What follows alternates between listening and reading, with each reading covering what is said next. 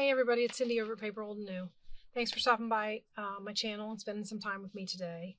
As you can see, this is my popcorn book. And I know the next time I said I brought it to you, it would be finished.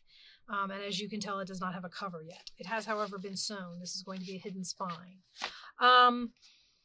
I thought that since I had kept saying that I was waiting until it was done before I decided how wide to make my spine, I thought that I would come on here and show you how I am making that decision. If I put this book here and I kind of comfortably just kind of push it, barely, just barely. Oh, sorry, I'm doing that too low. If I put it here and I just barely kind of hold it in place, it's about, I can get it comfortably to about 3 inches. I will say that I made a 3-inch piece and I sewed it with a big, huge gap between them, and I hated it. The gap was too big. There was too much space between the signatures in here. This space here was way too wide. So I cut it in half and overlapped them and glued them together. That's one thing that's really nice as I'm getting started with this and trying to estimate spine sizes and things like that. The one really nice thing about doing a hidden spine is I'm sewing to a card. If there's too much distance between my signatures, you can cut and then overlap the card, because this is not going to show. This is going to be covered up in the spine. So what I've done is I've made this about 2 1/4, because I'm thinking my spine is going to be about 2 1/2. And that'll give me a little bit on either side of this to sink down in and sit inside the spine. Does that make sense? Let's take a look at doing this spine and I'll show you what I mean. The first thing we're going to have to do is cut a 2 1/2-inch piece of chipboard. I don't know why I'm spinning around like, I don't know what I'm doing with that, but okay, so we need a 2 1/2-inch piece of chipboard. And basically that means taking my cutter. I suppose I could take this upstairs to my guillotine and it would probably cut it just fine, but I don't want to go upstairs right now. So we're going to do 2 1/2 inches, and it's going to take a couple of cuts, but you can get through it with a craft knife. As a matter of fact, I think that's it. It took 3. All right, and this is going to go back in here. This is my book binding box. This is my Tyvek. We are going to be using a piece of that. Here is my spine. Here is my cover pieces. And here is my fabric. Also, we are going to need this. And possibly some lining for the inside, but we'll have to wait until we get there and see how it looks. Okay. Now, what I am going to do, first of all, I'm going to take these cards out of here because I don't want them getting in the way. Oh, no, wait. That's not even the right size. This is supposed to go this way. All right, let's measure the length of this book again. And I'm pretty sure it's got 1/8 of an inch. Yeah, it's a 7/8. So it's 5, 7, and 7/8. So down here, we're going to go, you see me all the way down here? I kind of moved my camera again. Actually, what happened was I bumped it and then I wasn't able to get it back exactly good. So I'm down here on my numbers, guys. 7 and 7/8 is right there. And that should be pretty close. I'm not lining it up at the top. I cut the 8s off at the other end. So I don't have anything to line up with up there. So we're just doing this. All right, and then we got our little piece off of there, and then we have a piece of chipboard the size that we need, right? Just like that. And there, my friends, is my cover pieces. So basically, what we're going to do with this is we are going to put, I did bring the spool down. I did. Okay. We are going to put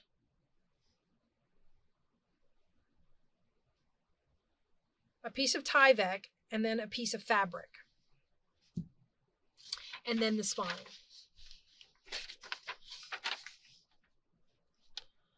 I do not want the Tyvek to be too wide. What did I say? 2.5 inches. How wide is this? This is 3 1/4. Yeah, 3 1/4 is probably good. All right, let's move all this out of the way so I can do some cutting. I'm going to cut this off of here. These are Tyvek envelopes. I got them from Uline. Let's see that. And I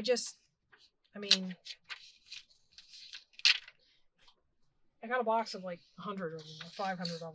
I don't know, something. All right, so let me see how long it is. 1, 2, 3, 4, 5, 6, 7. We got plenty of room. So I'm going to cut one end of this straight because it's not. It's an envelope, so it's got these angled edges. You know how when we're making envelopes ourselves, we make those angles? Well, this has got those angled edges. Okay, and then from there, I need to go 7.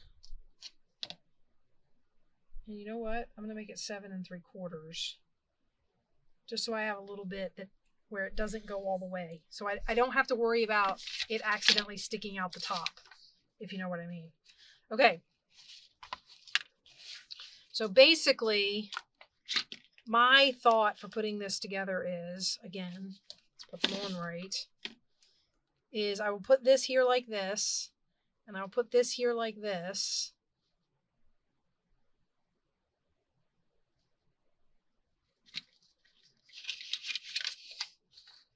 And then this will go over top like that, right? And I'll glue all down in there and it'll hold all the pieces together. We can only hope. The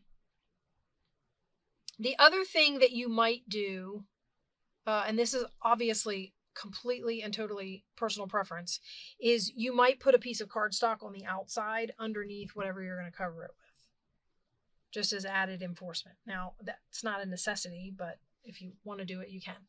I am going to get my Fabri-Tac out, and we are going to start gluing. I need the bottle that's already started. Actually, this bottle, you know what I'm going to do while we're standing here and I'm not using the little bottle? I'm going to let the rest of this go into here, and then we're going to open a new bottle. Like you guys really wanted to see me do this on camera, right? So we're going to turn that upside down on that bottle. Let these sit over here, and we're going to open this bottle. So we have a brand new bottle. I don't even know what those arrows mean. Pull this way. And let's do it. Let's put together our journal, guys. All right, so basically,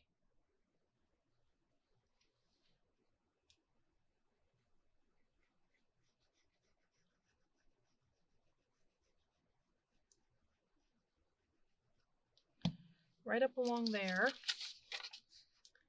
center this in here.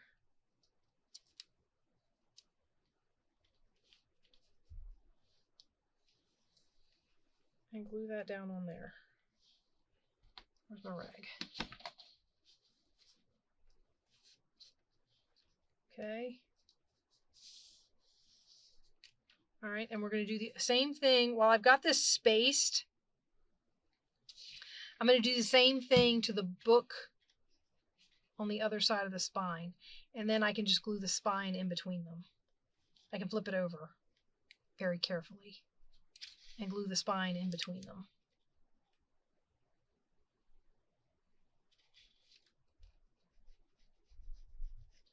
Okay, so we're going to go right up this edge.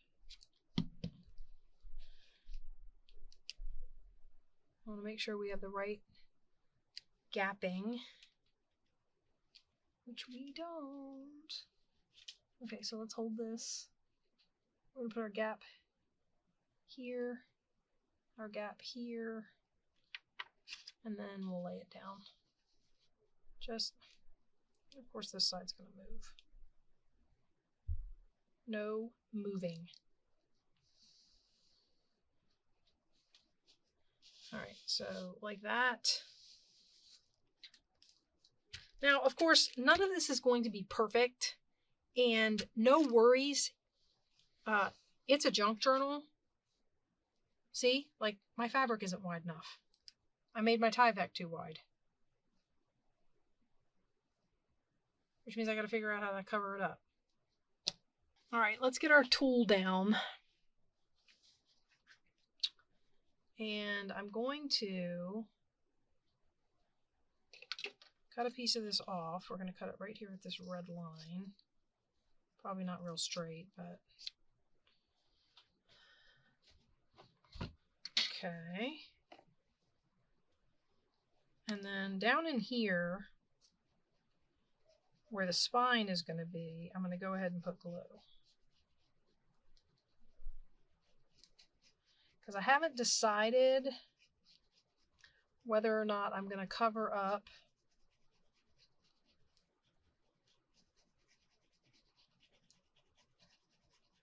the white by gluing something down to the edge of the Tyvek and then putting the fabric over it, or if I'm going to, so I want to be able to lift up the edges is basically where that statement's going, or if I want to glue down the edges and then glue something over them.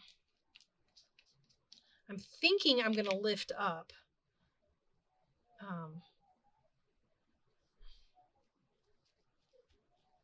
Okay. And it doesn't really matter if you see glue through there. A lot of that is going to get covered up when I glue the book into the book, which I'm debating whether or not to use E6000. I really don't want it to go anywhere.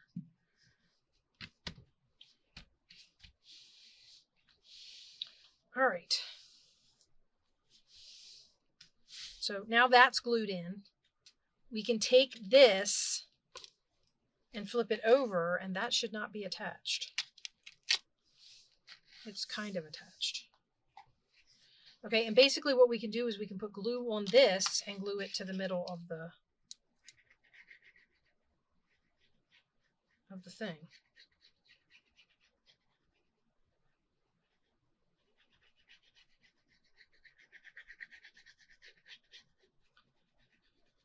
So yeah, I just wanted to come back and show you how I decided to do, because I had mentioned a couple of times that I was going to be waiting until the book was done before I decided on how big my spine was going to be. So now that I've completed the book, I wanted you to see how I decided on the spine. Not that it's all that exciting, but you know, it's something. And then basically that is the cover. And it closes. See, that's why we left the gaps. So it closes really well. I don't want to do that too much because it's not, none of this glue is dry. So basically what I'm going to do is I'm going to let this set and dry. So I'm not going to do any more of the, I'm not going to do any more of this today, but I wanted you to see the basics of how I put the spine together. So this is what I did, and this is what my decision was. When you see, now I'm going to tell you, when you see this book again, it will have the fabric on it. This is the fabric I've chosen. Okay, I think that's going to be really cute on there. And I am going to get this done, and I'm going to have it ready for you guys to see a flip through of it. And hopefully I will have overcome my fear of doing so and put some journals in my shop. I might do I've seen some people do stocking videos where they do like, they show you a whole bunch of stuff that they put in their shops. Because I have bunches of journals that I made last year that I didn't have a shop at the time, and I still have them, and I might put them in my shop. So, anyway, not to go off on a tangent, but off on a tangent. And the next time, this time I'm telling you, the next time you see this, it will be finished. I will have the whole thing together, everything decorated, the closure on, and the book will be ready to go. And I can't wait to show it to you guys. So I hope you'll be back. Bye-bye.